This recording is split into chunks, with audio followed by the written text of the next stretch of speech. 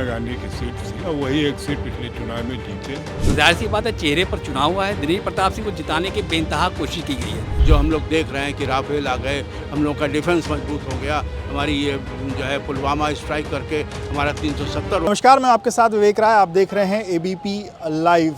किस लोकसभा सीट पर किस मुद्दे पर चुनाव हुआ है, कहां कौन आगे है, इसको लेकर अलग अलग सीटों पर एग्जिट पोल की एक सीरीज़ हम चला रहे हैं। और आज इस वीडियो में जिस सीट पर हम बात करने जा रहे हैं वो सीट है रायबरेली सीट। रायबरेली सीट जो इस बार सबसे ज़्यादा हॉट सीट के तौर पर थी। कांग्रेस पार्टी का हालांकि वो गढ़ रही है, पर इस बार राहुल गांधी अमेठी छोड़कर रायबरेली से चुनाव लड़े। हालांकि वो वायनाड से भी चुनाव लड़ चुके थे, दूसरी सीट उनकी रायबरेली रही। वहीं भारतीय जनता पार्टी ने अपने जो सिटिंग विधायक या यूँ कहें कि एमएलसी और अपने मंत्री दिनेश प्रताप सिंह को चुनाव लड़ाया। बहुजन समाज पार्टी ने ठाकुर यादव को चुनाव लड़ाया। इन तमाम जो प्रत्याशी हैं उसके बीच में क्या समीकरण रहे, किन मुद्दों पर चुनाव हुआ, इसको लेकर हम बातचीत करेंगे। तीन वरिष्ठ पत्रकार हमारे साथ जुड़ रहे हैं। हमारे साथ वीरेंद्र सक्सेना सर हैं, हमारे साथ सुरेंद्र दुबे सर हैं और खुर्रम सर हैं। वीरेंद्र सर, सबसे पहले आपके पास आऊँगा। रायबरेली की सीट अपने आप में बड़ी सीट, हॉट सीट रही, हर बार ही रहती है, पर इस बार राहुल गांधी के जाने के बाद एक तापमान वहाँ का बढ़ा। आप लोग भी वहाँ पर गए थे, क्या स्थितियाँ आपको समझ में आई सर? देखिए, इस पे तो पूरी दुनिया की निगाहें लगी हुई, ये सीट ऐसी है। और इस सीट पे सिर्फ 2019 में जब चुनाव हुआ तो रायबरेली की सीट ही कांग्रेस जो है जीत पाई थी, बाकी सारी सीटें जो है उसके हाथ से निकल गई थी। इस बार जब राहुल गांधी वायनाड से चुनाव लड़े हैं, उनको इस बात की आशंका हो गई है कि शायद हम वहाँ से चुनाव हारेंगे। तब वो यहाँ पर लौट के आए हैं। उन्होंने तब ये मंथन हुआ कि वो जो है अमेठी लड़ें या रायबरेली लड़ें। तो अमेठी शायद इसलिए नहीं गए कि उनको वो आहत थे कि लोगों ने मुझको वहाँ हरा दिया था, इसलिए वो वहाँ पर नहीं गए और आकर रायबरेली आए और रायबरेली में उन्होंने अपना नामिनेशन दाखिल किया है। और तो क्या सर, आपको क्या लगता है, क्या डर के रायबरेली, वायनाड से डर के राहुल गांधी रायबरेली है? नहीं, ऐसा तो मुझे नहीं लगता कोई डर कर रहा है। यहाँ पर उनके सामने बहुत दिनों चल रही, बहुत पहले से बात चल रही थी कि वायनाड के अलावा कहाँ राहुल गांधी लड़ेंगे। तो अमेठी आया तो उन्होंने कहा कि मैं अगर अमेठी जीत भी जाऊँगा तो मैं अमेठी को छोड़ूंगा, मैं रिटेन नहीं करूँगा। दिक्कत यही थी कि अगर अमेठी लड़ते जीत जाते तो क्या करते, अमेठी छोड़ते कि वायनाड छोड़ते। उनका ये मानना राहुल गांधी का, वायनाड जब मैं क्राइसिस में था, मतलब राहुल गांधी जब क्राइसिस में थे तो वायनाड ने उनकी इज्जत रखी, उनको जिताया, तो वो छोड़ना नहीं चाहते थे। अमेठी हार चुके थे वो, उन्होंने अब इसीलिए रायबरेली उन्होंने चुनी। उसका फ़ायदा ये था कि जब दोनों चुनाव अगर जीत जाते हैं, क्योंकि चुनाव का नतीजे होता है कौन जीतेगा, लेकिन जैसे संभावना की जा रही है कि दोनों जब जीतते हैं तो छोड़ेंगे किसको, सवाल आएगा। तो जाहिर सी बात है तब वो वायनाड ये कहकर छोड़ सकते हैं कि रायबरेली मेरी माँ की सीट है, मैं इसके साथ इमोशनली कनेक्टेड हूँ, मैं छोड़ नहीं सकता, मेरी पारिवारिक सीट है। तो वहाँ पर किसी को दूसरा शिफ्ट किया जा सकता है, ये बात है। दूसरा, अगर आप जातीय समीकरण की बात कर लें, जो कि हर लोकसभा क्षेत्र की बात हम कर रहे हैं, तो यहाँ पर एक ही जातीय समीकरण कम है और दिल का रिश्ता ज़्यादा है। गांधी परिवार से जो दिल का रिश्ता है रायबरेली का, वो कौन छुड़ा पाएगा ये तो आने वाला वक्त ही बताएगा। लेकिन सुरेंद्र सर, दिल के रिश्ते के कारण राहुल गांधी यहाँ आए, या अमेठी से डर के कारण यहाँ आए, या इसके पीछे कोई और कारण आपको दिखता है? नहीं, वो दिल का रिश्ता है। वो ये शो करना चाहते हैं कि हम अभी भी रायबरेली को नहीं चाहते हैं। सोनिया गांधी की सीट थी और वही एक सीट पिछले चुनाव में जीते। उसमें महत्वपूर्ण बात है कि आपने एक वीडियो देखा होगा कि सोनिया गांधी ने वहाँ के लोगों से कहा कि मैं आपको अपना बेटा सौंप रही हूँ। तो इस लेवल की जब इमोशनल अपील हो तो जीतने में उनके कोई, मुझे नहीं लगता कि कोई मतलब किसी तरह की आशंका है, जीतेंगे। दूसरा ये है कि वो जो ठाकुर प्रत्याशी हैं उत्तर प्रदेश में, ठाकुरों के दो नेता, बीजेपी की जी बात कर रहे हैं आप? हाँ, एक नेता योगी जी हैं और एक नेता उत्तर प्रदेश से बाहर रहते हुए अमित शाह। तो अमित शाह जिस ठाकुर नेता पर हाथ रख देते हैं उसको योगी जी नहीं पसंद करते, और जिसको योगी अमित शाह भी ठाकुरों के नेता? हाँ है। अच्छा। जैसे अभी देखिए, उन्होंने जौनपुर वाले मामले में क्या कहते हैं, धनंजय को उनके कहने पर तैयार हो गए, लेकिन राजा भैया अल्टीमेटली नहीं माने। और राजा भैया न केवल प्रतापगढ़ बल्कि सुल्तानपुर की सीट पर भी डेंट कर सकते हैं, क्योंकि उसके बाद का डेवलपमेंट जो सोनू सिंह और मोनू सिंह, ये नहीं बात हमने कि एक और ठाकुर नेता वो हैं अमित शाह। अच्छा, तो वो अभी सर यहाँ रहते हैं रायबरेली की सीट, किन इश्यूज पर चुनाव, आपको क्या लगता है, क्या इश्यूज मायने रखते थे या सिर्फ राहुल गांधी और दिनेश सिंह के चेहरे? वहाँ देखिए, इश्यूज तो भाई दिन भर भाषण होता तो लोग कहते ही हैं कि गरीबी हटाएंगे, बेरोजगारी बहुत है, महंगाई, वो सब सारी चीज़ें यूनिवर्सल हैं, लेकिन अल्टीमेटली तो यही है चेहरे पर भाई सोनिया गांधी की सीट है और कांग्रेस ने यहाँ हमको बहुत कुछ दिया है, हमको ये सीट कांग्रेस परिवार में रहनी है। असली बात इतनी है। खुर्रम सर, इश्यूज थे या परिवार? इश्यूज़ के देखिए, जब मन सजेगा तो कैटवॉक तो नेता करेंगे नहीं, भाषण देंगे तो इश्यूज़ भी गिनाएंगे, हम ये करेंगे, हम वो करेंगे, तमाम बातें करेंगे। अपोजिशन का दूसरा नेता आएगा तो उसकी उन्होंने ये नहीं किया, वो नहीं किया। लेकिन वोट किस पर जाकर डालता है आदमी, ये मेन चीज़ होता है। जब चेहरे होते तो चेहरे पर ज़्यादा वोट जाता है, और जब चेहरे बड़े नहीं होते हैं तो इश्यूज़ पर जाता है। रायबरेली की बात करिएगा तो रायबरेली ने हमेशा कांग्रेस को ही वोट किया, हारी भी वहाँ से कांग्रेस है।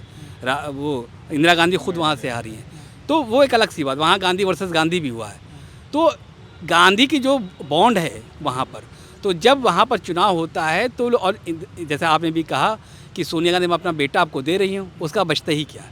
तो जाहिर सी बात है, चेहरे पर चुनाव हुआ है। दिनेश प्रताप सिंह को जिताने की बेइंतहा कोशिश की गई है।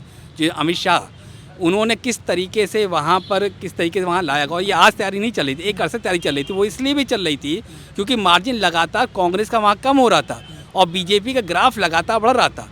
फासला बहुत कम हो चुका है, 15% के आसपास का फासला बचा है, जो कभी 50 के आसपास होता था। इसी फासले पर आऊँगा सर, फासले की बात ही कर रहे हैं। जिस तरीके से चुनाव के बीच में मनोज सिंह, हालांकि वो पहले भी भाजपा के पक्ष में वोटिंग कर चुके थे पर भाजपा ज्वाइन नहीं की थी। अमित शाह ने अपनी रैली में उनको ज्वाइन कराया। आप कैसे देखते हैं, इसका कुछ इम्पैक्ट पड़ेगा बीजेपी की तरफ वोट शिफ्ट? मनोज पांडे कुछ करा पाएंगे? देखिए, कुछ प्रभाव तो कुछ उनके समर्थक हैं, कुछ लोग हैं, उनका प्रभाव है जिस क्षेत्र में, वहाँ का वोट तो इफेक्ट करेगा ही, ऐसी कोई बात नहीं है। पर उसी कड़ी में हमने ये भी देखा, इसी में एक सवाल और जोड़ देता हूँ, क्योंकि स्वामी प्रसाद मौर्य के जो बेटे हैं उत्कर्ष मौर्य, उनका समर्थन कांग्रेस पार्टी को मिल गया, तो उस विधानसभा से जहाँ से ऊंचाहार से मनोज पांडे हैं, वहीं से दो तरफ के जो लोग थे उन्होंने दो अलग अलग पक्षों को सपोर्ट कर दिया। फ़ायदा किसका हो रहा है? नहीं, इसमें तो देखिए पांडे का ज़्यादा प्रभाव है, और पांडे के उससे जो है, पांडे जिधर रहेंगे उधर ज़्यादा फायदा होगा। तो क्या दिनेश सिंह आपको लग रहा है कि उनका मार्जिन ठीक है? मतलब देखिए, दिनेश प्रताप सिंह 2019 में चुनाव के ठीक पहले जो है भाजपा उन्होंने ज्वाइन की थी, और ये सीट जो है पारंपरिक सीट है कांग्रेस की। 1952 से जो है ये सीट इनके पास रही है, बीच में तीन बार जो है अलग अलग रोक रहे हैं। 1952 में फिरोज़ गांधी यहाँ से चुनाव लड़े थे, उसके निधन के बाद एक कोई ब्रजलाल आए थे बीच में। उसके बाद 1967 से इंदिरा गांधी ने अपनी राजनीतिक पारी यहाँ से शुरू की थी, और 1971 में ये जब चुनाव जीती थी राजनारायण के खिलाफ, तो राजनारायण ने इनके खिलाफ हाई कोर्ट में धांधली का जो है मुकदमा दर्ज कराया था, और वहाँ से जो है इनका चुनाव अवैध घोषित कर दिया गया था। जगमोहन लाल सिन्हा जो जज थे उन्होंने किया था, जिससे जो है सारा माहौल जो है खड़बड़ा गया था, और इन्होंने सुप्रीम कोर्ट में गुहार लगाई, वहाँ भी सुनवाई नहीं हुई, तब इन्होंने इमरजेंसी थोप दी यहाँ पर। और इमरजेंसी के बाद जब चुनाव हुआ तो राजनारायण ने फिर इनको इंदिरा गांधी को हराया, लेकिन उसके बाद जो है फिर लगातार कांग्रेस यहाँ पे आती है। 2004 से सोनिया गांधी लड़ी, और 2019 तक सोनिया गांधी लगातार उस सीट से लगी रही। तो वहाँ जो है लोगों का पारिवारिक लगाव जनता का जो है कांग्रेस से है, इसमें कोई दो राय नहीं है। पर दिनेश सिंह कितना इम्पैक्ट डाल पाएंगे? दिनेश सिंह जो है, जो भाजपा के वोटर्स हैं और जिनको ये लगता है कि भाजपा कुछ काम कर रही है देश में, देश की प्रगति में जो है उसका जो है बहुत बड़ा रोल हो रहा है। इतना जो है जो हम लोग देख रहे हैं कि राफेल आ गए, हम लोग का डिफेंस मजबूत हो गया, हमारी ये जो है पुलवामा स्ट्राइक करके हमारा 370 हो गए। जो लोग वाइडर होराइजन पे जा रहे हैं, बड़े प्लेटफॉर्म पे देख रहे हैं, जिस राष्ट्रीय स्तर पर जो देख रहे हैं वो बीजेपी के साथ। हाँ, वो बीजेपी के साथ है।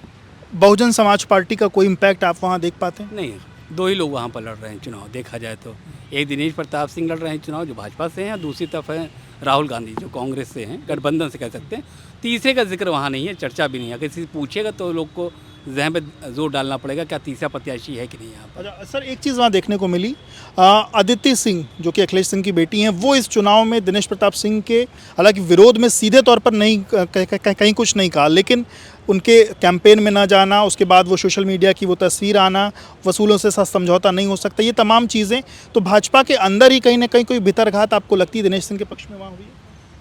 जी हाँ, अदिति सिंह ने स्विच ओवर किया है और वो कांग्रेस प्रत्याशी को वोट दिला रही है, और अदिति सिंह का बहुत अदिति कांग्रेस को वोट दिला रही हैं, आप ये कह रहे हैं? अदिति सिंह का, और बेसिकली वो कांग्रेसी हैं। और अदिति सिंह या उनके पिताजी जो थे, क्या नाम था, अखिलेश प्रताप सिंह, इन लोगों को बहुत कहीं जाना नहीं पड़ता था, क्योंकि वो जो वोटर है वो ये देखता था कि अगर हम वोट नहीं देंगे और काउंटिंग में पता चलेगा कि इस इलाके से वोट नहीं मिला तो बड़ी खराब स्थिति। मैं वहाँ के कई किस्से जानता हूँ। दबंग छवि। तो अदिति ने जब ये कहा कि हम पुराने रिश्ते हैं और उनको निभाएंगे, तो जाहिर पुराना तो कांग्रेस से ही है, बीजेपी तो बाद में आई। और शायद इस तरह के जो नेता हैं उनको ये आभास हो जाता कि किसकी सत्ता आ रही है। तो सत्ता अगर उनको लग रहा है कि कांग्रेस गठबंधन की आ रही, ऐसा अलग ऐसा आप भाई वो मैं कह रहा हूँ वो सोचा, हमें क्या सोचा, हमारा फिर अलग से इंटरव्यू करिएगा तब हम आधा घंटे में नहीं, बताएंगे। आपने वही कहा ना कि मतलब ऐसा उन्होंने वो हाँ वो उन लोगों उनके दिमाग ये अदिति को ऐसा लगता है। और खासकर जो दबंग वोटर है, माफिया वोट कैंडिडेट है, इनको बड़ी अच्छी पकड़ है कि कौन जीतेगा कौन, क्योंकि उनकी दबंगई सत्ता के बल पर चलती। आखिरी सवाल सर, कौन जीत रहा है रायबरेली? 10 सेकंड में। मुझे लगता है रायबरेली, आप ये समझ लिए 80-20 ये है कि राहुल गांधी जीत रहे हैं। कौन जीत रहा है सर? अगर मेहनत देखिए तो अमित शाह ने बहुत ज़्यादा मेहनत करी है, जाते समय साधने की मेहनत करी है, लेकिन अगर वहाँ के बॉन्डिंग की बात करिएगा तो राहुल गांधी सबसे आगे चल रहे हैं। कौन जीत रहा है सर?